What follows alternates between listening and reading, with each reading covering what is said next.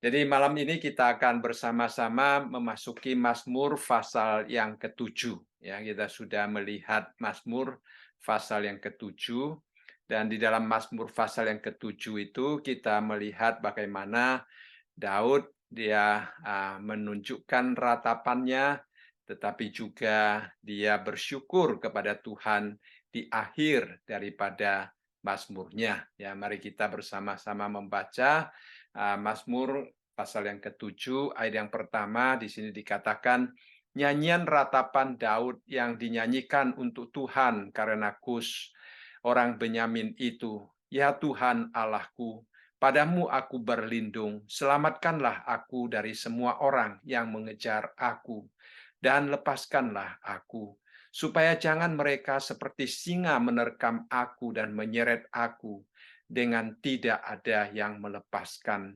Ya Tuhan Allahku, jika aku berbuat ini, jika ada kecurangan di tanganku, jika aku melakukan yang jahat terhadap orang yang hidup damai dengan aku, atau merugikan orang yang melawan aku dengan tidak ada alasan, maka musuh kiranya mengejar aku sampai menangkap aku dan menginjak-injak hidupku ke tanah dan menaruh kemuliaanku ke dalam debu.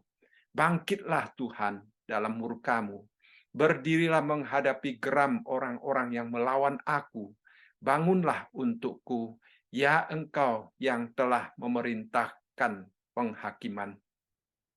Biarlah bangsa-bangsa berkumpul mengelilingi Engkau dan bertakhtalah di atas mereka di tempat yang tinggi. Tuhan mengadili bangsa-bangsa. Hakimilah aku, Tuhan. Apakah aku benar dan apakah aku tulus ikhlas?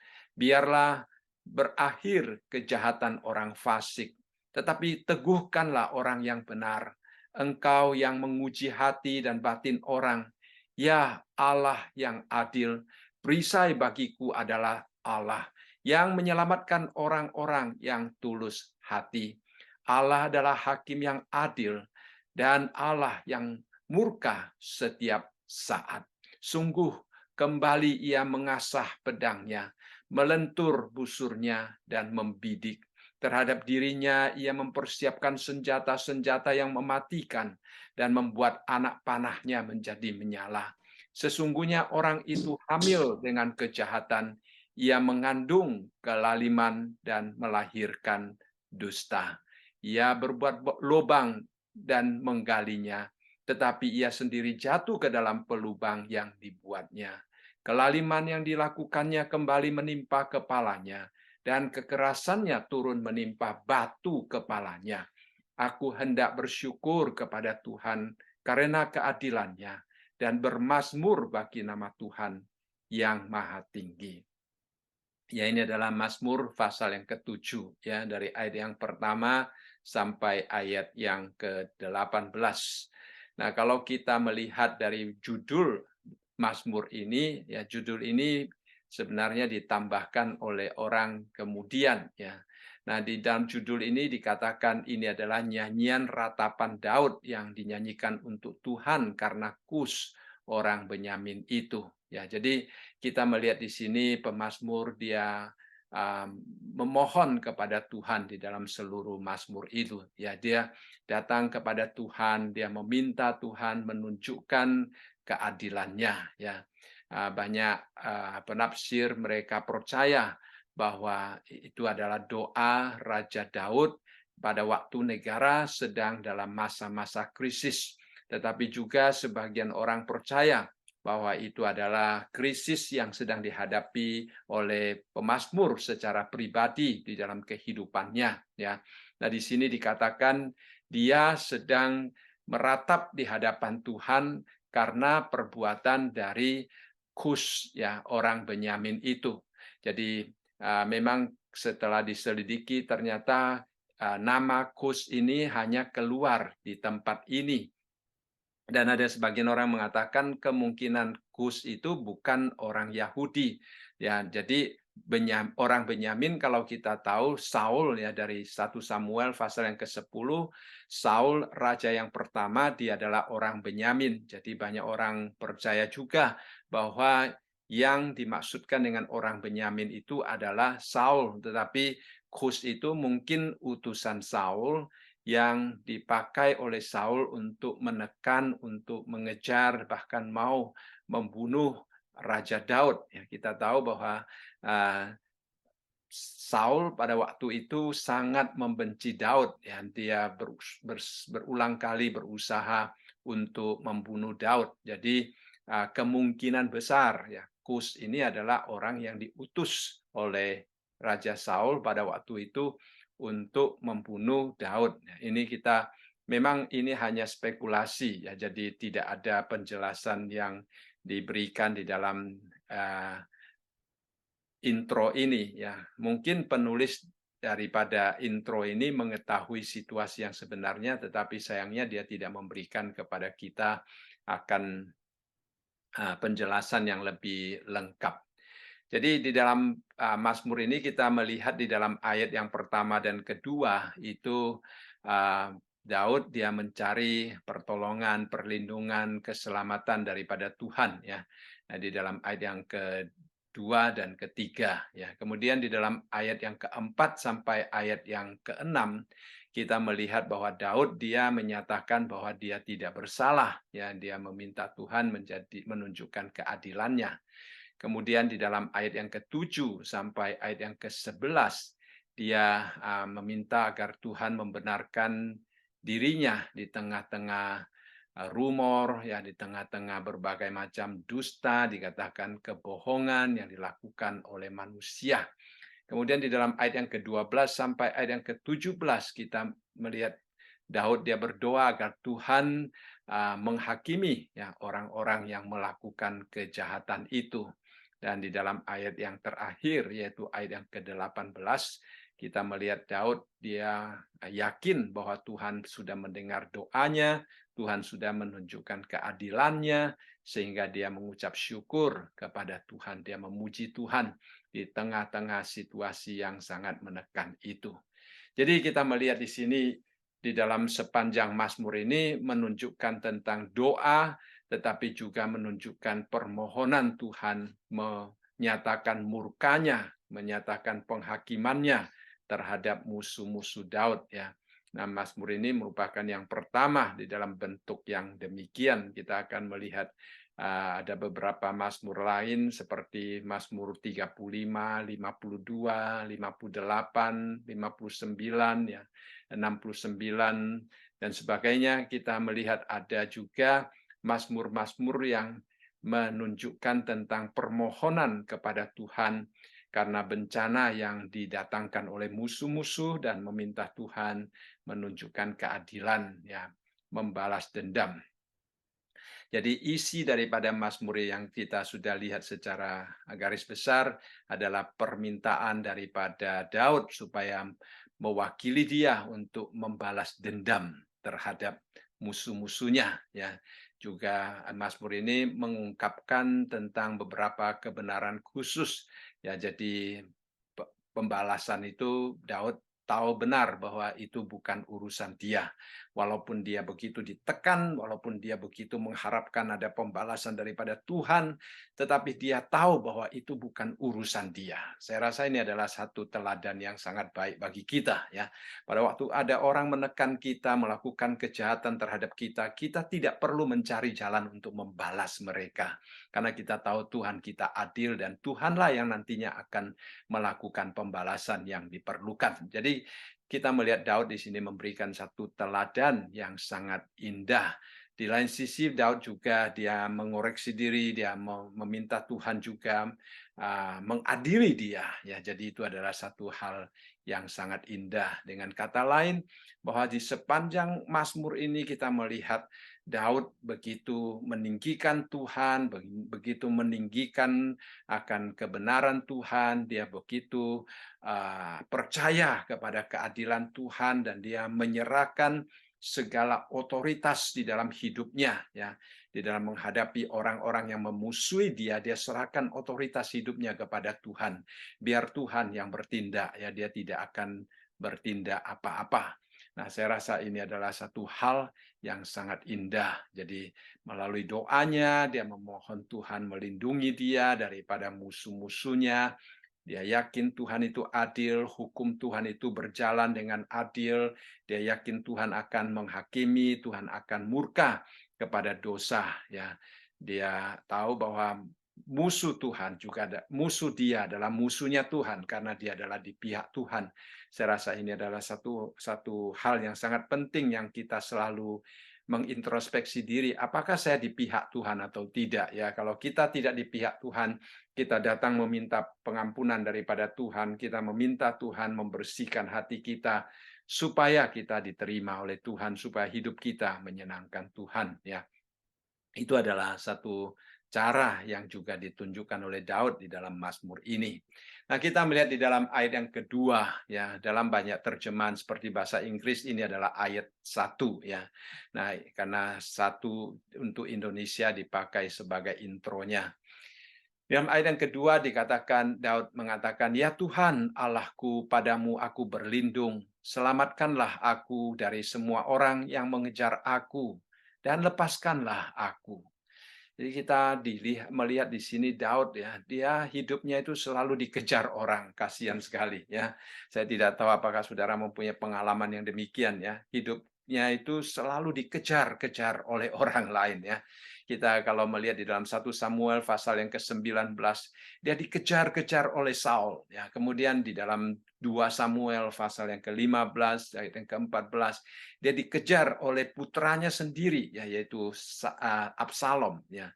Jadi Daud hidupnya selalu dikejar-kejar, dia meminta Tuhan yang melepaskan dia.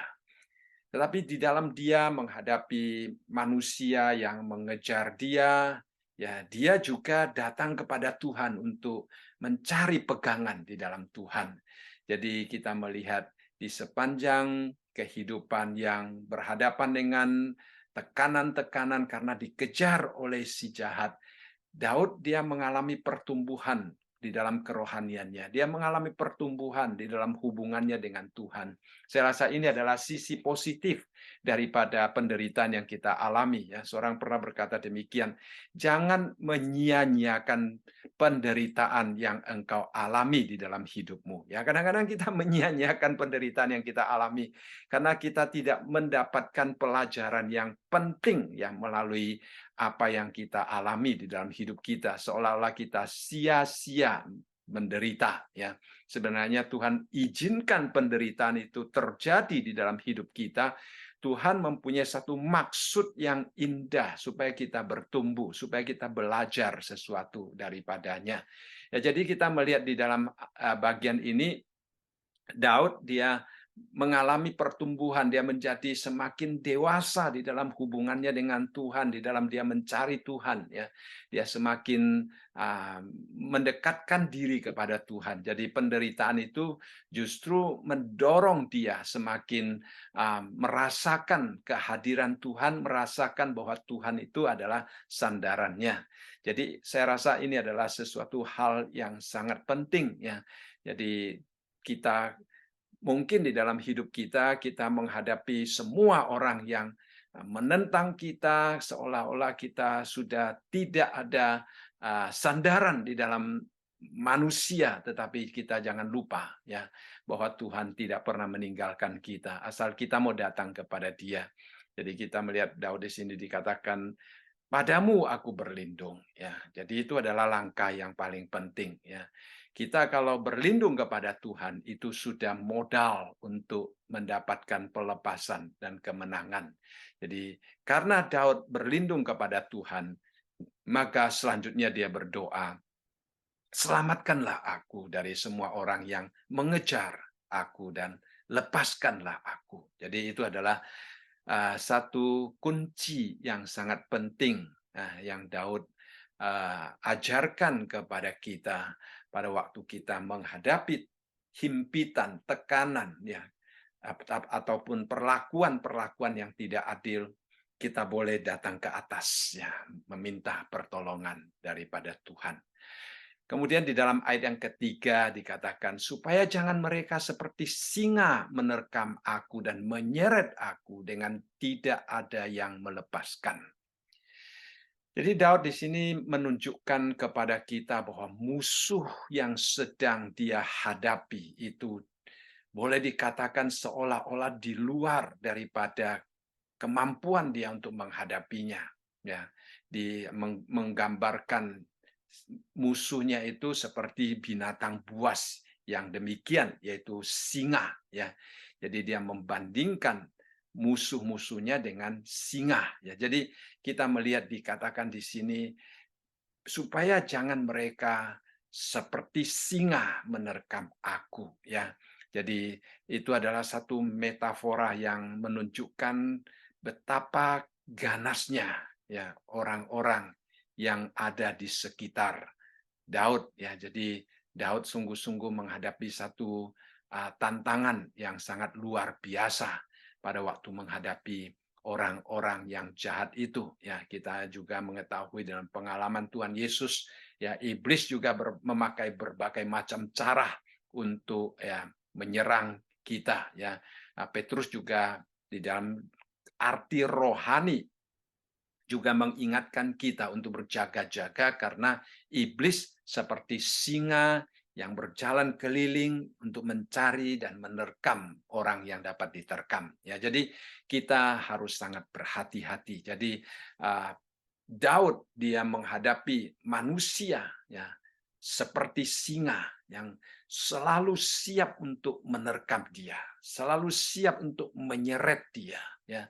Ya, menerkam berarti mencabik-cabik, ya. Itu adalah karakter yang sangat menakutkan, ya. Ada seorang penafsir dia mengatakan ini adalah suatu apa namanya itu penjelasan daripada Raja Daud yang mengatakan bahwa dia sedang difitnah oleh orang-orang dan dia menunjukkan betapa menakutkannya lidah manusia itu bisa seperti singa yang bisa mencabik-cabik, yang bisa menghancurkan manusia, ya. Jadi dia menunjukkan tentang musuhnya itu bagaikan singa, ya. Betapa marahnya musuhnya, ya. Dia menunjukkan kemarahan musuhnya itu sangat menakutkan, ya. Jadi di dalam kalangan umat Israel mereka pada umumnya adalah penggembala, ya. Mereka adalah gembala kambing domba. Mereka tahu bagaimana singa ya, pada waktu menerkam akan domba-domba, sehingga gembala-gembala itu harus selalu melindungi gembala-gembala supaya jangan sampai singa itu menerkam dan menyeret akan domba itu. Nah, Daud menerapkan akan kondisi yang demikian ke dalam pengalaman hidupnya pada saat itu di mana dia sedang menghadapi musuh-musuh yang siap dikatakan untuk menerkam dan menyeret dia. Nah, itu adalah satu kondisi yang sangat menakutkan. Kemudian di dalam ayat yang keempat sampai ayat yang keenam kita melihat bagaimana pemazmur dia menunjukkan tentang dasar daripada doanya. Dia katakan, "Ya Tuhan Allahku, jika aku berbuat ini, jika ada kecurangan di tanganku, jika aku melakukan yang jahat terhadap orang yang hidup damai dengan aku, atau merugikan orang yang melawan aku dengan tidak ada alasannya, maka musuh kiranya mengejar aku sampai menangkap aku dan menginjak-injak hidupku ke tanah dan menaruh kemuliaanku ke dalam debu." Ya. Kemuliaan yang dimaksudkan di sini adalah mahkotanya, mahkota kerajaannya, ya. Jadi kita melihat di sini Daud dia sangat terbuka, ya. Dia transparan di hadapan Tuhan. Dia katakan, "Tuhan, lindungilah aku. Ya, Tuhan, jangan biarkan musuh-musuh itu menghancurkan aku. Tetapi Tuhan," katanya, "Engkau mengetahui segala-galanya. Ya. Engkau mengerti diriku. Engkau mengetahui apa yang terkandung di dalam hatiku. Engkau yang mengetahui apa yang terkandung di dalam pikiranku. Ya. Engkau juga melihat dengan jelas hidupku," katanya. Jadi dia melihat di sini, jika ada kecurangan di tanganku, ya, dia sadar bahwa sebagai manusia ada kemungkinan dia yang bersalah. Sehingga dia berkata, jika ada kecurangan di dalam tanganku, Lalu dia katakan, jika aku melakukan kejahatan terhadap orang yang hidup damai dengan aku, atau merugikan orang yang melawan aku, ya dia tidak mau melakukan kejahatan terhadap orang yang melakukan kejahatan. Dia mau melakukan kebajikan terhadap orang yang melakukan kejahatan. Sehingga dia mengatakan dengan sangat jelas di sini. Ya. Jadi pemazmur di sini dia kalau seandainya semuanya itu dia lakukan di dalam hidupnya, dia katakan biarlah aku diinjak-injak, dikejar dan ditangkap oleh musuh katanya. Tidak perlu lepaskan aku maksudnya. Jadi kita melihat adanya satu keterbukaan daripada pemazmur pada waktu dia berseru dan berdoa kepada Tuhan. Dia menyatakan suatu keterbukaan yang begitu luar biasa ya di hadapan Tuhan. Saya rasa ini adalah suatu hal yang sangat penting bagi kita sebelum kita meminta Tuhan untuk menolong kita. Kita perlu belajar seperti pemazmur untuk mengintrospeksi diri. Ya. Nah, kalau seorang beriman menghadapi sesuatu yang tidak menguntungkan, pertama-tama kita seperti pemazmur, kita memeriksa diri sendiri di hadapan Tuhan, meminta Tuhan yang menilai ya, apakah kita berada di pihak yang benar atau berada di pihak yang salah. Kembali, kalau kita berada di pihak yang salah, kita datang meminta Tuhan mengampuni kita.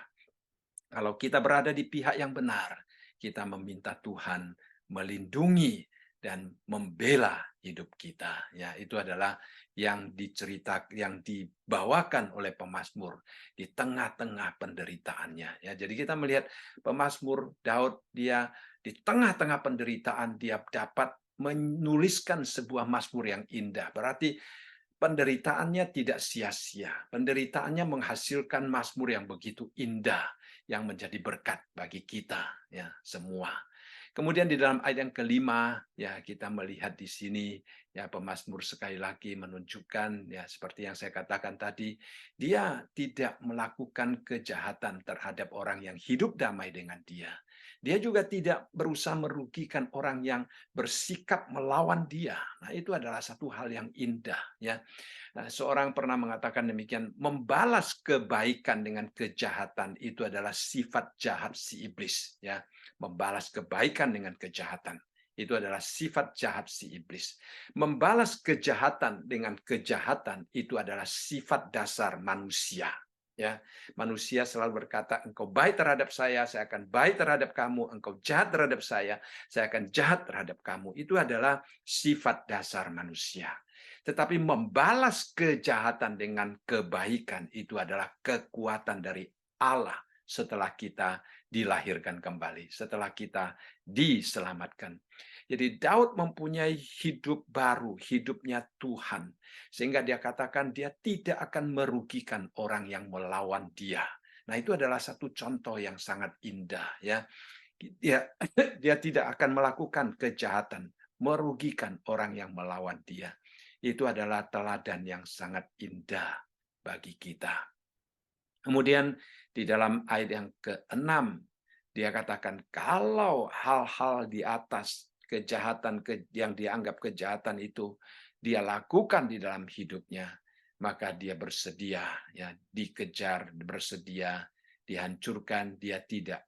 Dia berkata, Tuhan engkau boleh tidak melindungi saya karena saya tidak layak mendapatkan perlindungan daripada Tuhan. Jadi itu adalah satu kesungguhan hati, keterbukaan hati, ya transparansi dia di hadapan Tuhan. Dia berkata, Tuhan, kalau saya tidak benar di hadapan-Mu, biarlah Engkau yang pertama-tama mengoreksi aku, membenarkan aku. Ya, tidak perlu melindungi, tidak perlu membantu aku. Itu adalah satu doa yang sangat sangat adil ya di hadapan Tuhan.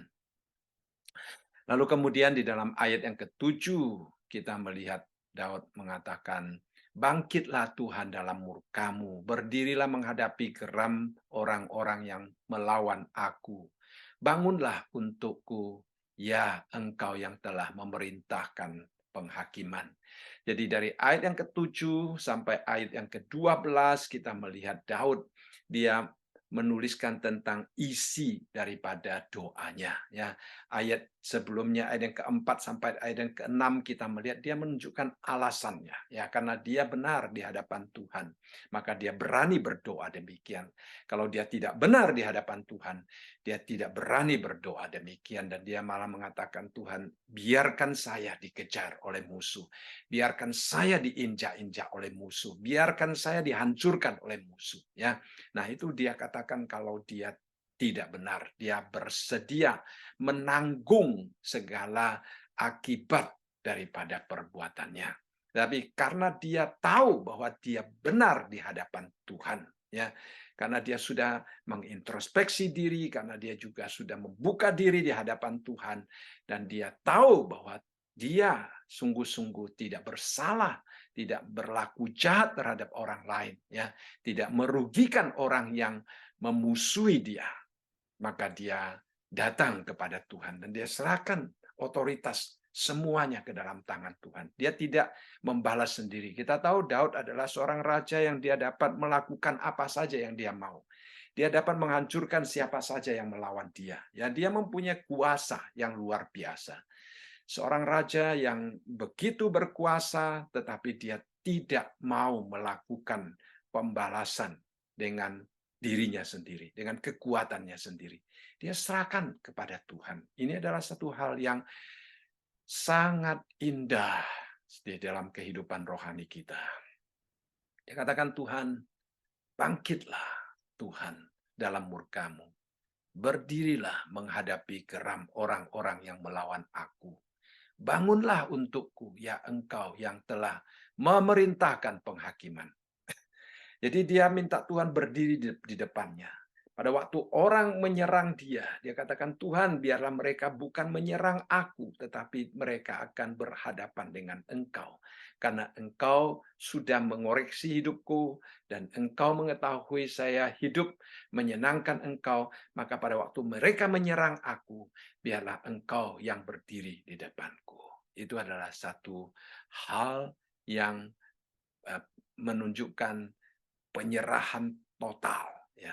Dan kita tahu bahwa dikatakan di sini bahwa Tuhan murka, Tuhan melawan orang yang menghadapi yang melakukan kejahatan terhadap Daud, ya. Tuhan memerintahkan penghakiman.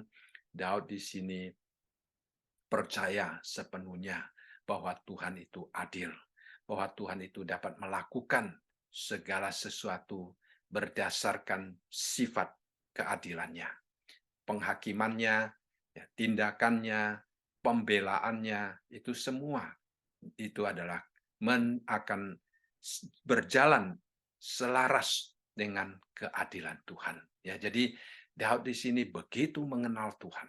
Ya, dia begitu mengerti tentang siapakah Tuhan yang dia sembah, dan dia begitu berserah sehingga dia tidak akan bertindak sendiri di dalam menghadapi semuanya itu. Ya, kembali Daud, dia berani berkata, Tuhan, bangkitlah, berdirilah di depan orang yang melawan aku, karena dia sudah sangat jelas, dia sudah mengoreksi diri, dia sudah memastikan bahwa dia tidak bersalah. Dia sudah memastikan bahwa dia berada di pihak Tuhan, ya. Jadi kalau dia sudah berada di pihak Tuhan, maka tidak ada seorang pun yang dia takutkan. Tidak ada seorang pun yang dapat merebut dia dari tangan Tuhan. Perlindungan Tuhan itu begitu luar biasa. Ya, jadi itu adalah satu hal yang Daud tunjukkan kepada kita tentang penyerahannya yang total itu. Ya. Kemudian dari ayat yang ke-8 sampai ayat yang ke-10, kita melihat di dalam beberapa ayat ini tersirat suatu pelajaran tentang penghakiman Tuhan yang terakhir, ya, yang pernah kita pelajari pada waktu kita membahas kitab Wahyu, ya, kita melihat tentang penghakiman yang terakhir, ya. Jadi kita melihat pemazmur di sini berseru kepada Tuhan. Dia katakan, biarlah bangsa-bangsa berkumpul mengelilingi Engkau dan bertakhtalah di atas mereka di tempat yang tinggi. Ya, ini mirip dengan apa yang dikatakan, dinubuatkan di dalam kitab Wahyu, ya. Bangsa-bangsa berkumpul mengelilingi Tuhan. Mereka akan melawan Tuhan. Mereka tidak akan menerima Tuhan. Ya, mereka akan melawan Anak Domba yang kembali sebagai Raja. Ya, jadi kita melihat di sini. Tetapi Daud berkata, Tuhan, Engkau akan bertakhta di atas mereka, ya, di tempat yang tinggi. Jadi kita melihat di sini pemazmur dia begitu berserah kepada Tuhan. Dia begitu percaya bahwa Tuhan itu adil, ya. Jadi ayat ini berulang kali menyebutkan tentang Engkau adil, ya, dan Engkau adalah Tuhan yang menghakimi, ya. Dan kemudian dia juga menunjukkan tentang dirinya sendiri sebagai orang yang benar, ya, orang yang hidup takut akan Tuhan. Ya, di dalam ayat ke-9 dia katakan, Tuhan mengadili bangsa-bangsa, hakimilah aku Tuhan. Ya, jadi kita melihat di sini, dia katakan Tuhan tidak hanya menghakimi semua orang, tetapi aku juga perlu dihakimi. Dia katakan, hakimilah aku Tuhan, apakah aku benar dan apakah aku tulus ikhlas. Jadi itu adalah satu doa yang sangat terbuka dan sangat berani, ya, menurut saya. Ya, berani datang ke hadapan Tuhan. Kita tahu Tuhan itu uh, begitu berkuasa, dan kita tahu bahwa Tuhan menyelidiki hati manusia. Dia tidak hanya seperti manusia yang hanya melihat secara luar, tetapi dia melihat ke dalam batin kita. Dia melihat sampai ke dalam keadaan kita yang sebenarnya. Dan Daud dia berani begitu terbuka di hadapan Tuhan. Ya, dia katakan, Tuhan, Engkau mengadili bangsa-bangsa. Tetapi jangan, sebelum Engkau mengadili mereka, hakimilah aku dulu. Ini adalah sesuatu doa yang menunjukkan suatu keberanian, tetapi juga menunjukkan suatu keyakinan, ya, bahwa dia hidup menurut akan jalannya Tuhan. Ya. Nah, seorang penulis berkata demikian, Daud juga tidak sempurna di dalam hidupnya. Ya. Dia juga pernah melakukan dosa di hadapan Tuhan. Ya. Tetapi dia mau mengakunya, dan dia di hadapan Tuhan, dia mau sungguh-sungguh kembali kepada Tuhan.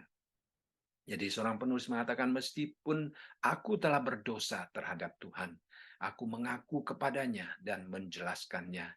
Jadi aku dengan berani mengandalkan Tuhan untuk mengalahkan semua musuh. Ya, itu adalah teladan yang Daud berikan kepada kita. Ya, jadi meskipun kadang-kadang kita di dalam hidup kita merasakan ada hal-hal yang menghalangi kita untuk datang kepada Tuhan. Ya, ada mungkin pikiran kita, ada mungkin perbuatan kita yang kadang-kadang kita tahu tidak selaras dengan ajaran firman Tuhan. Sehingga kadang-kadang iblis bisa memakai akan perbuatan dan kehidupan kita untuk, ya, merongrong, untuk menuduh kita supaya kita merasa bersalah dan tidak berani datang kepada Tuhan. Tetapi Daud, walaupun dia pernah melakukan kesalahan, tetapi dia tetap datang kepada Tuhan dan berkata, hakimilah aku Tuhan. Berarti dia sungguh-sungguh sudah bertobat secara sepenuhnya. Dia mengatakan, aku benar. Ya, dia tidak merasa bersalah. Ya, dia sungguh-sungguh merasa dia itu sudah diterima oleh Tuhan. Dan dia katakan, aku tulus hati Tuhan. Ya, Engkau tahu ya, ketulusan hatiku. Jadi itu adalah satu hal yang sangat indah, ya, yang Daud pakai di sini untuk menolong kita supaya kita juga selalu mengintrospeksi diri kita dan selalu datang kepada Tuhan, menyerahkan otoritas itu sepenuhnya ke dalam tangan Tuhan. Dia yang bertakhta, dia yang berkuasa, dia yang berhak untuk melakukan penghakiman. Dia yang berhak untuk menentukan, ya, siapa yang salah dan siapa yang benar. Jadi kita kadang-kadang gampang menuduh orang salah. Ya, seorang pernah berkata, Tuhan Yesus juga pernah berkata demikian, ya. Kita dapat melihat duri di mata orang, tetapi balok di mata sendiri tidak kelihatan. Ya, saudara sekalian, itu adalah sesuatu yang mengingatkan kita sebagai manusia. Ya, kita lebih gampang untuk mengatakan saya tidak bersalah. Ya, orang lain yang bersalah. Itu adalah sifat manusia. Nah, Daud juga sadar, ya, dia juga bisa melakukan hal yang demikian. Dia juga mungkin bisa merasa bahwa dia akan membela diri, membenarkan diri, dan dengan tangan dia menunjuk kepada orang lain. Dia yang salah Tuhan, dia yang harus dihukum Tuhan, dia yang harus diadili Tuhan. Nah, kita melihat semua orang begitu, ya. Jadi Daud dia katakan Tuhan tidak, ya, tidak demikian. Ya. Tuhan engkau mengadili semua bangsa, saya tahu, engkau adil, ya, itu dia percaya. Tetapi dia katakan hakimilah aku dulu, ya. Tuhan lihat aku, lihat di dalam hidupku, ya, perhatikan aku. Nah, seperti juga di dalam Mazmur pasal yang ke-139 ayat yang ke-23 sampai ayat yang ke-24, ya. Di situ pemazmur juga berdoa meminta Tuhan menyelidiki hatinya. Selidikilah aku ya Tuhan, ya, supaya aku juga mengetahui keadaan sebenarnya di dalam hidupku, ya, melalui terang Tuhan, melalui pimpinan Tuhan, melalui sinar dan firman Tuhan. Jadi di sini pemazmur mengatakan, Tuhan, hakimilah aku. Apakah aku ini benar? Apakah aku ini tulus, ikhlas? Jadi kita juga harus selalu, ya, datang dengan kesungguhan hati, dengan kerendahan hati, dengan hati yang penuh doa dan hati yang penuh berserah di hadapan Tuhan. Kita datang dan berkata, Tuhan, selidikilah aku. Tuhan, hakimilah aku. Tuhan, tunjukkanlah kepadaku. Ya, kadang-kadang kita sendiri mempunyai blind spot-nya, ya, seperti dulu saya di dalam khotbah pernah menggunakan itu Joris Windows. Itu ada 4 jendela, ya. Jendela yang pertama, aku tahu engkau tahu. Itu adalah satu jendela yang terbuka, ya, semua orang dapat mengetahui keadaan hidup kita. Ada jendela yang aku tahu engkau tahu, engkau tidak tahu, yaitu adalah rahasia-rahasia yang tersimpan di dalam hidup kita, ya. Ada jendela juga yang engkau tahu aku tidak tahu, ya. Kadang-kadang kita tidak melihat kesalahan kita, tetapi orang lain melihatnya. Nah, kita terbuka untuk dikoreksi oleh orang lain. Ada juga jendela yang aku tidak tahu, engkau tidak tahu, ya. Itu adalah jendela yang hanya Tuhan yang tahu, ya.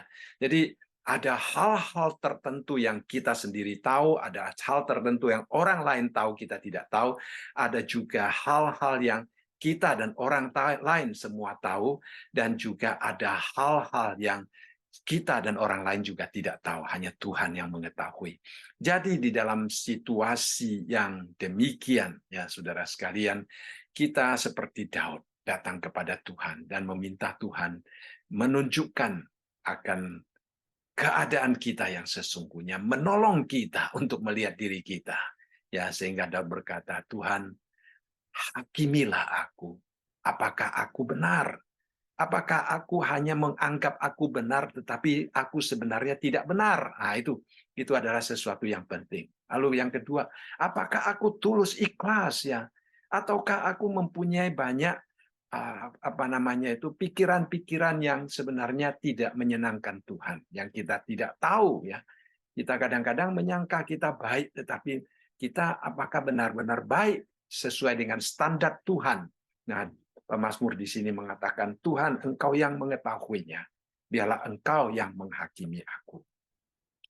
Jadi ini merupakan satu doa yang sangat tulus ikhlas, ya. Kemudian kita melihat di dalam ayat yang ke-10, ya. Ayat yang ke-10 dia katakan, biarlah berakhir kejahatan orang fasik, tetapi teguhkanlah orang yang benar. Engkau yang menguji hati dan batin orang, ya Allah yang adil. Jadi kerinduan daripada pemazmur itu sebenarnya adalah sesuatu yang menyenangkan Tuhan. Karena pada waktu kita membahas kitab Wahyu, kita juga melihat, ya, di akhir daripada sejarah manusia, Tuhan juga akan mengakhiri segala kejahatan, ya. Jadi kejahatan orang fasik itu adalah sesuatu yang tidak diinginkan oleh Tuhan. Tuhan ingin semua orang bertobat. Ya, Tuhan ingin semua orang kembali kepadanya. Tuhan tidak ingin satu orang yang tersesat. Itu adalah kerinduan Tuhan juga. Ya. Itulah sebabnya Tuhan menanti dan menanti supaya manusia mau kembali kepadanya. Jadi pemazmur di dalam doanya dia sebenarnya mengetahui ini adalah sesuatu yang menyenangkan Tuhan. Karena kejahatan orang fasik adalah sesuatu yang Tuhan tidak inginkan terjadi di dalam dunia ini, maka dia berkata, biarlah kejahatan fasik berakhir. Tetapi kita juga tahu, saudara sekalian, ya, di dalam kehidupan di dunia ini, selama kita masih manusia, ya kita tidak akan terlepas menghadapi kejahatan orang fasik.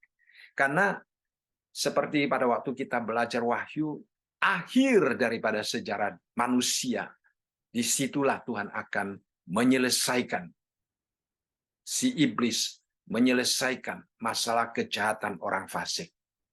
Bukan sekarang. Sekarang Tuhan masih izinkan terjadi. Ya, jadi Daud di satu sisi dia katakan biarlah berakhir kejahatan orang fasik. Tetapi di lain sisi dia juga berkata tetapi.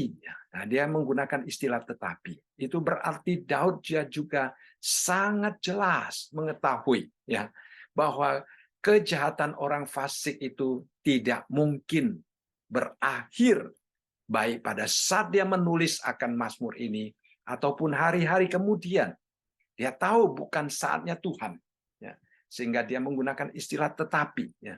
Tetapi artinya, saya tahu Tuhan, ini adalah kerinduan saya. Tetapi saya juga tahu Tuhan, ini bukan waktunya. Ya. Nah, dia katakan tetapi. Ya. Tetapi apa? Teguhkanlah orang yang benar. Artinya apa? Orang yang benar itu jangan sampai mereka tergoda untuk mengikuti kejahatan orang fasik. Ini yang pertama. Karena kejahatan itu begitu menggoda seseorang. Ya, kadang-kadang kita gampang untuk tergoda ikut melakukan apa yang mereka lakukan. Tapi di sisi lain, teguhkanlah juga mempunyai pengertian di tengah-tengah menghadapi kejahatan orang fasik. Kita tidak dapat berdiri seorang diri, kita tidak dapat menghadapi seorang diri, kita perlu bantuan Tuhan. Itulah sebabnya kita perlu Tuhan yang meneguhkan. Kalau Tuhan yang meneguhkan kita, maka kita akan mempunyai kekuatan untuk menghadapi kejahatan-kejahatan itu. Tetapi kalau Tuhan tidak meneguhkan kita, ya, kita juga tahu bahwa kemampuan kita itu sangat terbatas. Ya, kita mungkin akan begitu dihimpit, kita akan jatuh, kita akan sungguh-sungguh tidak berdaya menghadapinya. Itulah sebabnya dia berdoa, Tuhan meneguhkan orang benar. Lalu kembali dia menyebutkan tentang keadilan Tuhan, dan keadilan Tuhan tidak berdasarkan akan sesuatu yang dapat dilihat. Ya, kalau di penghakiman manusia kita melihat seorang hakim manusia hanya melihat apa yang dapat dilihat atau bertindak sesuai dengan bukti-bukti yang dapat dilihat atau saksi-saksi daripada orang yang dapat dilihat. Tetapi Tuhan tidak berdasarkan hal-hal yang demikian. Nah, itulah sesuatu yang berbeda dari keadilan Tuhan. Ya, dia katakan Tuhan tidak hanya melihat sesuatu yang dapat dilihat. Tuhan tidak hanya mendengar kata-kata orang. Tuhan tidak hanya melihat bukti-bukti yang dapat dicari oleh orang. Ya, tetapi Tuhan menguji hati dan batin seseorang. Jadi kita melihat istilah batin di sini digunakan tentang eksistensi manusia yang ada yang berbeda dengan fisik manusia yang dapat dilihat oleh manusia. Kalau manusia hanya berdasarkan fisik, tetapi Tuhan berdasarkan pengujian terhadap hati dan batin. Ya, nah di dalam zaman Alkitab konsep hati selalu digambarkan tentang pusat kehidupan, ya, juga pusat pemikiran manusia, dan batin itu selalu diartikan sebagai tempat emosi kita, tempat di mana kita menunjukkan perasaan kita, menunjukkan maksud hati kita, menunjukkan tujuan hidup kita. Ya, jadi segala sesuatu yang tidak dapat dilihat, ya, baik di dalam pikiran kita, maksud kita. Kadang-kadang manusia hanya bisa berspekulasi, ya, hanya bisa menebak-nebak saja, ya. Atau orang belajar ilmu jiwa dan mencoba untuk menebak-nebak apa yang dia pikirkan, apa yang dia maksudkan. Tetapi Tuhan tidak menebak-nebak karena dia menguji hati manusia. Ya. Jadi itu adalah satu hal yang kita manusia tidak dapat melakukannya. Dan dia katakan yang terakhir, ya Allah yang adil. Ya, dia bukan hanya dapat menguji hati manusia, tetapi dia menguji sesuai dengan keadilannya. Jadi tidak ada seorang pun yang akan terluput daripada pengujian Tuhan karena dia itu begitu adil. Ya, jadi ini adalah satu hal yang sangat indah bagi kita. Kemudian kita melihat di dalam ayat yang ke-11 sampai ayat yang ke-14. Di situ pemazmur dia yakin, dia percaya sepenuhnya bahwa Tuhan akan mendengarkan doanya. Dia percaya Tuhan akan melindungi orang benar. Dia percaya bahwa Tuhan akan melakukan pembalasan, ya, bagi orang yang benar karena Tuhan menyelidiki hati manusia, batin manusia. Tuhan tahu siapa yang benar, siapa yang salah. Ya, dan dia yakin bahwa Tuhan akan bertindak sesuai dengan keadilannya. Nah, di dalam ayat ke-7 dia mulai dengan istilah perisaiku. Nah, perisai bagiku adalah Allah yang menyelamatkan orang-orang yang tulus hati. Kembali dia tekankan orang yang tulus hati saja yang akan diselamatkan oleh Tuhan. Nah, istilah perisai di sini sebenarnya juga menunjukkan tentang ketergantungan daripada Daud kepada Tuhan. Ya. Istilah perisai ini juga menunjukkan tentang bagaimana Daud dia tahu dan percaya sepenuhnya bahwa Tuhan itu dapat menjadi pelindung yang kokoh di dalam hidupnya, ya, sehingga dia tidak perlu lagi mencari akan kekuatan lain ataupun berusaha dengan kekuatannya sendiri, karena dia sepenuhnya yakin bahwa Tuhanlah yang akan menolong dia.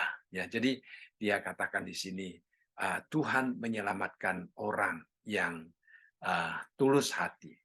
Jadi integritas dan kebenaran itu merupakan sesuatu yang sangat penting. Ya. Ketulusan itu merupakan sesuatu yang sangat diperhatikan oleh Tuhan. Ya. Jadi itu adalah satu unsur yang sangat penting kalau kita mau ditolong dan diselamatkan oleh Tuhan. Kemudian di dalam ayat yang ke-12 dikatakan Allah adalah hakim yang adil dan Allah yang murka setiap saat.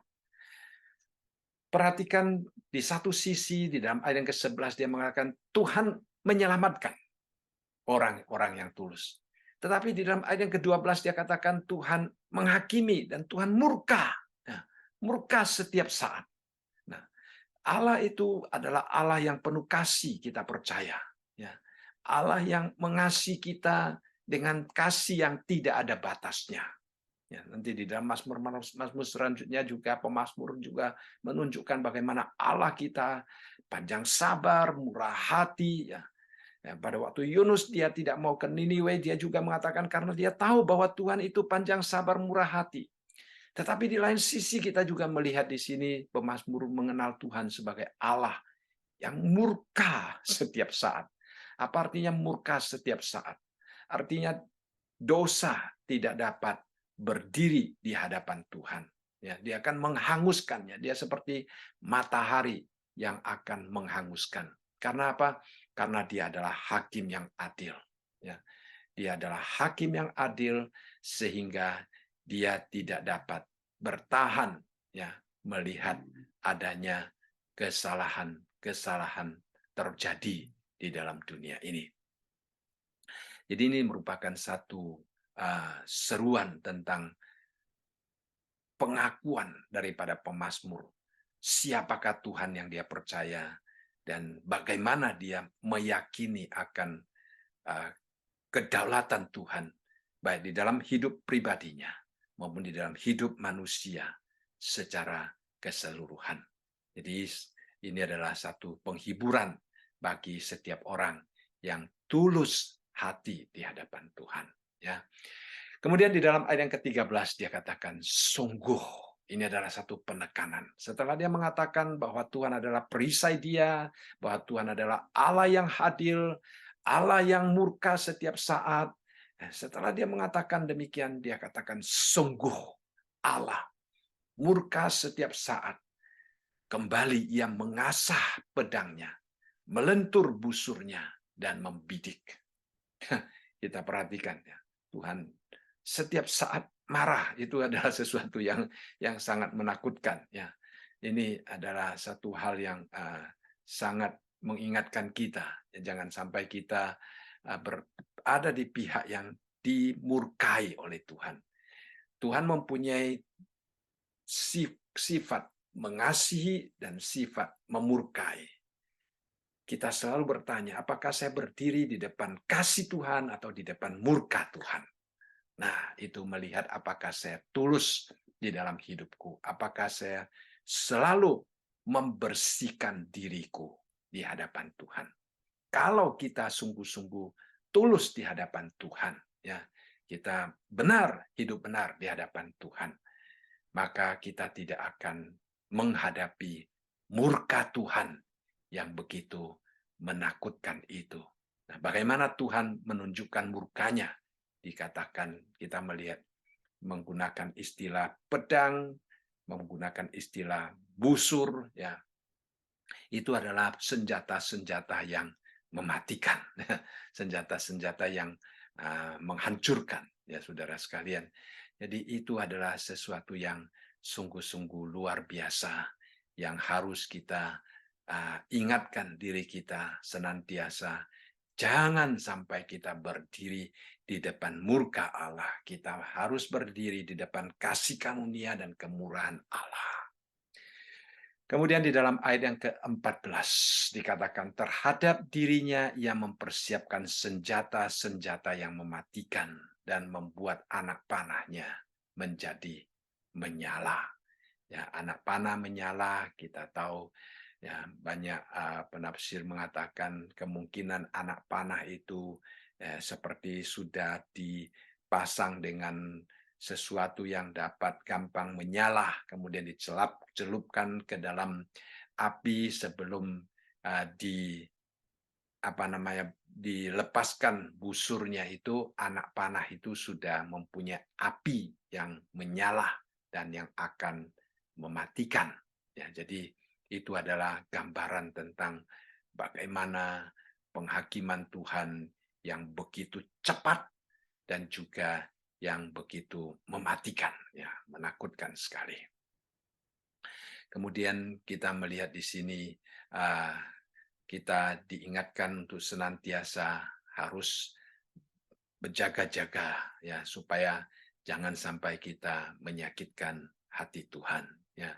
Kemudian di dalam ayat yang ke-15 sampai ayat yang ke-17 pemazmur menunjukkan bahwa orang yang berbuat dosa akan jatuh ke dalam lubang yang mereka gali dan menyebabkan kehancurannya sendiri. Tuhan tidak akan membiarkan kejahatan berhasil.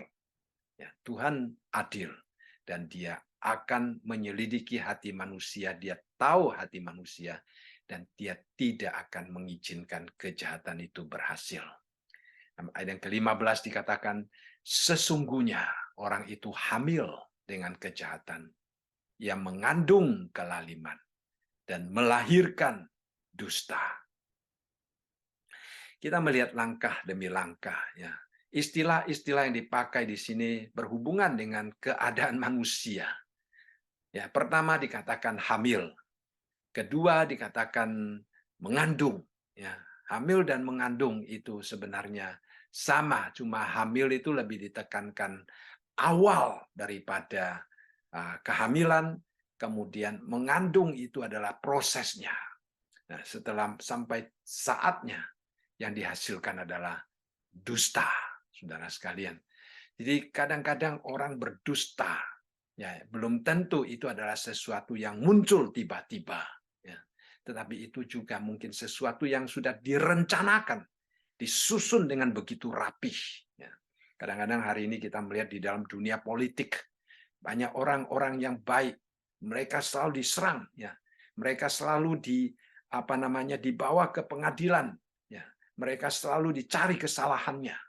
Dan kalau kita melihat itu, ya, mereka yang menuntut, mereka yang menyerang, mereka yang menyalahkan, ya, itu mereka mempunyai rencana yang sangat rapih. Mereka susun sedemikian rupa. Ya, mereka pikiran mereka, rencana mereka itu kelihatannya disusun dengan sangat rapih, sehingga seolah-olah orang itu hamil dengan kejahatan, kemudian mengandung kelaliman, dan kemudian melahirkan dusta, ya, menghancurkan hidup orang lain. Nah, itu sesuatu yang sangat menakutkan juga di dalam hidup manusia yang kita tidak dapat lihat, tetapi Tuhan mengetahuinya. Ya, kita tidak dapat mengetahui siapa yang sedang merencanakan kejahatan terhadap kita, siapa yang sedang memikirkan sesuatu untuk menghancurkan seseorang. Kita tidak tahu. Kita tidak akan tahu, tapi Tuhan tahu. Ya. Nah, itulah keindahan kita sebagai orang Kristen. Kita dapat hidup tenang, kita dapat tidur dengan nyenyak, karena kita tahu Tuhan itu memegang kuasa penuh. Ya. Apapun yang akan dilakukan oleh manusia itu Tuhan tahu. Sehingga di dalam ayat yang ke-16 kita melihat dikatakan, ia membuat lubang dan menggalinya, tetapi ia sendiri jatuh ke dalam pelubang yang dibuatnya. Ujungnya, saudara sekalian, ya, ujungnya akan kelihatan akibatnya. Ya. Walaupun di dalam proses, pada waktu orang itu hamil kejahatan, pada waktu dia mengandung kelaliman, kelihatannya mereka berhasil, kelihatannya mereka dapat menjatuhkan orang lain. Ya, dengan dusta mereka, mereka dapat menghancurkan, merusak orang lain. Ya. Akan tetapi ujungnya, kita manusia sering tidak dapat melihat ujungnya. Tetapi Tuhan melihat dan mengetahui ujungnya. Ya. Dan Daud juga mengetahui bahwa prinsip Tuhan itu tidak akan mengizinkan akhir daripada segala sesuatu orang jahat itu berhasil. Sehingga dia mengatakan, ia membuat lubang dan menggalinya, tetapi ia sendiri jatuh ke dalamnya. Saudara sekalian, jatuh ke dalam lubang yang mereka gali sendiri. Nah, kita ingat, ya, di dalam Alkitab, di dalam Ester pasal yang ke-5 sampai pasal yang ke-7, ada seorang yang bernama Haman.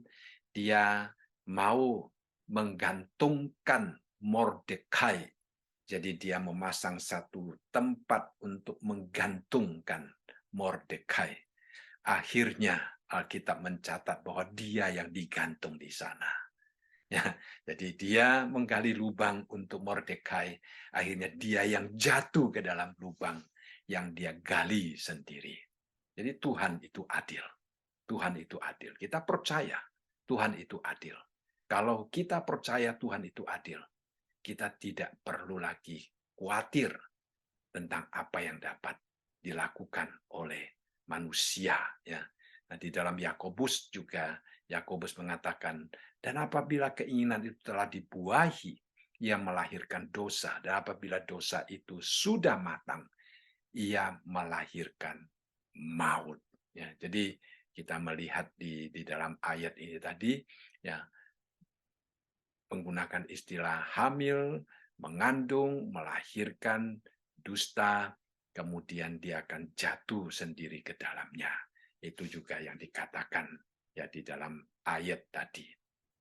Lalu di dalam ayat yang ke-17 kita melihat dikatakan di sini kelaliman yang dilakukannya kembali menimpa kepalanya dan kekerasan turun menimpa batu kepalanya. Di sini kepala diulangi 2 kali karena ini merupakan syair ya yang menekankan yang menekankan. Kepala kita tahu adalah tempat yang paling penting ya bagi manusia ya. Tetapi kalau kepala itu sampai ditimpa, apalagi batu kepala itu ditimpa dengan suatu kekerasan, saudara sekalian. Nah, kita boleh bayangkan ya sesuatu yang sangat menghancurkan. Ya, jadi kita melihat di sini di satu sisi orang yang memikirkan kejahatan, memikirkan kelaliman, lalu menghasilkan dusta, akhirnya dia sendiri akan jatuh ke dalam lubang itu, ya. Dan bukan hanya dia jatuh, barang-barang yang berat, barang-barang yang keras itu akan juga menimpa dia. Dikatakan di sini barang-barang berat itu adalah kelaliman yang dilakukannya. Jadi kita melihat dia hamil dengan kejahatan, mengandung kelaliman, melahirkan dusta. Jadi kejahatan, kelaliman, dusta itu seperti sesuatu yang berat menimpa kepalanya dan seperti sesuatu yang keras itu menimpa batu kepalanya. Pemazmur di sini menggunakan gambaran yang begitu jelas untuk mengingatkan kita bahwa Tuhan kita itu adil dan Dia akan menjalankan keadilannya. Ada satu pepatah mengatakan ada ubi, ada talas ya, ada budi, ada balas ya. Jadi belum dibalas karena waktunya belum tiba. Kalau waktunya sudah tiba, semuanya akan terbalas ya saudara sekalian. Jadi itulah Tuhan kita adil. Ya, kita tahu kita tidak perlu mengeluh. Kita tidak perlu kecewa. Kita tidak perlu putus asa. Kita hanya perlu apa saudara sekalian berfokus kepada Tuhan seperti pemazmur ini. Kalau kita berfokus kepada Tuhan, tetap memegang keyakinan kita. Tuhan itu adil. Tuhan itu benar. Tuhan bertindak sesuai dengan waktunya. Tuhan bertindak sesuai dengan caranya. Bukan cara saya.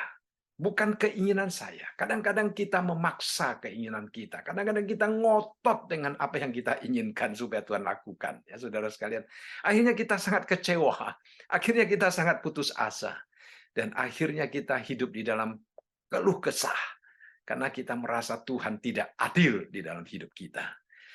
Saya percaya banyak orang Kristen merasa Tuhan tidak adil terhadap hidupnya karena tidak membela dia, karena tidak membalas untuk dia.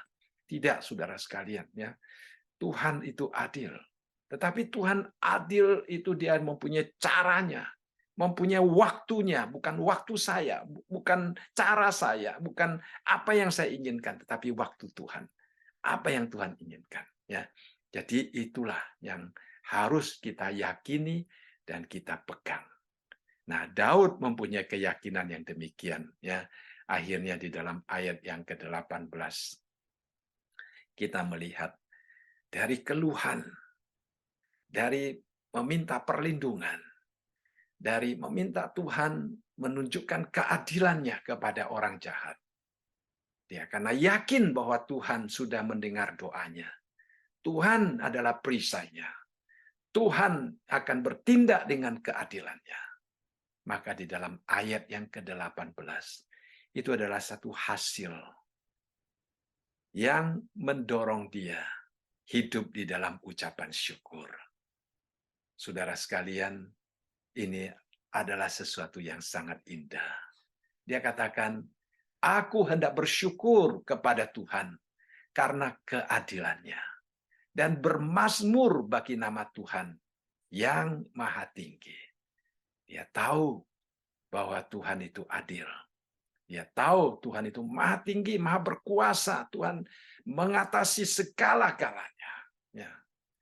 Dia tahu Tuhan adalah Raja yang bertakhta di atas taktanya yang menjulang dan tinggi. Maka dia tidak khawatir. Dia tidak kecewa. Dia tidak putus asa. Di tengah-tengah situasi yang menghimpit, mungkin waktu itu situasi belum berubah. Mungkin waktu itu orang-orang masih belum ketimpa oleh batu-batu kelaliman yang mereka lakukan. Orang-orang belum jatuh ke dalam lubang yang mereka gali. Mereka menyangka lubang yang mereka gali itu mereka akan melihat Daud jatuh ke dalamnya. Mungkin semuanya belum selesai. Tetapi karena imannya kepada Tuhan, maka dia hidup di dalam puji-pujian. Jadi saudara-saudara sekalian, situasi tidak perlu mempengaruhi hati kita. Hati kita dipengaruhi oleh hubungan kita dengan Tuhan. Kalau kita fokus kepada Tuhan, yakin Tuhan itu adil, yakin Tuhan itu maha kuasa, maha tinggi, maha benar, maka di dalam situasi yang bagaimanapun juga, hati kita akan memiliki damai sejahtera, sukacita, dan ucapan syukur yang tidak akan dimengerti oleh orang-orang dunia. Ya, kiranya Tuhan menolong kita. Ya, melalui Mazmur ini kita melihat kejahatan manusia, rencana manusia yang digambarkan seperti hamil, seperti mengandung, seperti melahirkan, kita tidak akan mengetahui. Ya, kita seperti berjalan di dalam dunia yang penuh dengan tantangan, bahaya. Kita tidak tahu bahaya apa yang ada di depan kita. Tetapi kita percaya siapa yang melihat masa depan kita, yaitu Tuhan. Kita percaya Tuhan yang memegang hari esok kita. Ya. Seperti lagu mengatakan, ku tak tahu akan hari esokku, tetapi aku tahu siapa yang memegang hari esokku. Nah, itu sudah lebih dari cukup. Ya, pemazmur juga demikian. Dia tahu siapa yang memegang peranan, siapa yang adil, siapa yang akan menghakimi. Nah, itu sudah cukup. Dia tidak mencari balasan, dia tidak mencari caranya untuk menghancurkan orang, bahkan dia katakan dia tidak merugikan orang yang melawan dia. Nah, ini penting ya. Ini penting. Kita harus menjaga kesucian hati kita di hadapan Tuhan. Jangan membalas kejahatan dengan kejahatan, tetapi balaslah kejahatan dengan kebaikan Tuhan. Nah, itu adalah ajaran firman Tuhan. Ya, kiranya Tuhan memberkati firman-Nya ya, dan menolong kita sungguh-sungguh hidup seperti Daud, sehingga ada pujian, ada rasa syukur, dan kemenangan di dalam hati setiap kita. Kiranya Tuhan memberkati saudara sekalian. Baik, saya rasa malam ini kita belajar sampai di sini. Nah, mari kita berdoa.